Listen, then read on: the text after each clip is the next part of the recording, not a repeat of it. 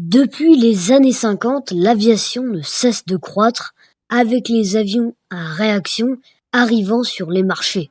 Boeing, numéro 1 mondial, devant deux autres concurrents états-uniens, Lockheed et McDonnell Douglas, est d'ailleurs l'un des premiers constructeurs à sortir des avions à réaction.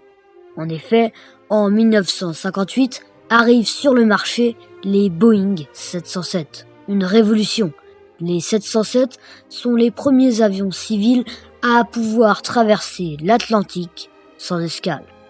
Le Boeing 707 deviendra d'ailleurs l'avion présidentiel français car c'était le seul avion qui pouvait aller en Amérique sans escale, ce qui brise l'ego de la France et donnera naissance au pire ennemi de Boeing. Dans les années 70, naît en Europe l'idée de concurrencer les États-Unis.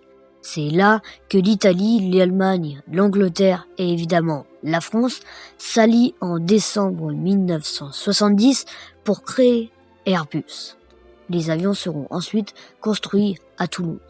Airbus est principalement créé par l'ego brisé des politiciens qui veulent évidemment prouver la puissance européenne. On est le 28 octobre 1972 quand Airbus sort l'A300B. Il fait son premier vol face au Concorde, ce qui est un peu ridicule face au bel oiseau blanc. L'A300 sera réellement mis en service en 1974. L'A300, c'est un moyen courrier pouvant transporter dans les 300 passagers et les débuts seront difficiles. En effet, en 1974, il n'y a que 4 A300 qui sont vendus, car à l'époque, les avions français n'avaient pas bonne réputation. Et pourtant, Airbus décrochera un contrat avec Air India à l'étranger.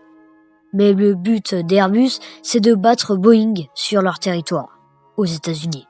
Ils obtiennent alors un énorme contrat pour la compagnie Eastern Airlines, compagnie aujourd'hui disparue.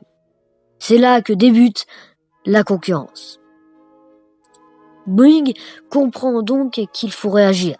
Ils essayent donc d'exclure les Airbus des États-Unis en trouvant des excuses par-ci, par-là. Rapidement, ils comprendront que ça ne marchera pas. En 1982, Boeing sort donc le Boeing 767, censé rivaliser avec l'A300. Après ça, Airbus sort l'A310. Bref, tous les coups sont permis. Attaque en justice, recopiage d'avions, etc. Le 14 février 1987, Airbus fait une présentation de l'A320, spectaculaire, face à des centaines de dirigeants ou hauts placés politiques. D'ailleurs, Lady Diana, ancienne princesse du Royaume-Uni, est invitée à verser du vin ou du champagne sur l'A320. En 1993, Airbus sortira l'A340, la première erreur, car il est trop volumineux et un bouffeur de carburant. Face au majestueux Boeing 777, c'est un flop. Il n'y a pas très longtemps d'ailleurs, Airbus a essayé de concurrencer le B747 avec l'A380, et ce sera un échec commercial à cause de sa non-fiabilité et sa pollution géantissime. Ça fait depuis près de 50 ans que la concurrence existe, et il n'y a pas de répit. Les deux constructeurs sont maintenant seuls, c'est eux qui vendent le plus sur les 5 continents. Quand la concurrence s'arrêtera-t-elle? Probablement quand l'un des deux abandonnera.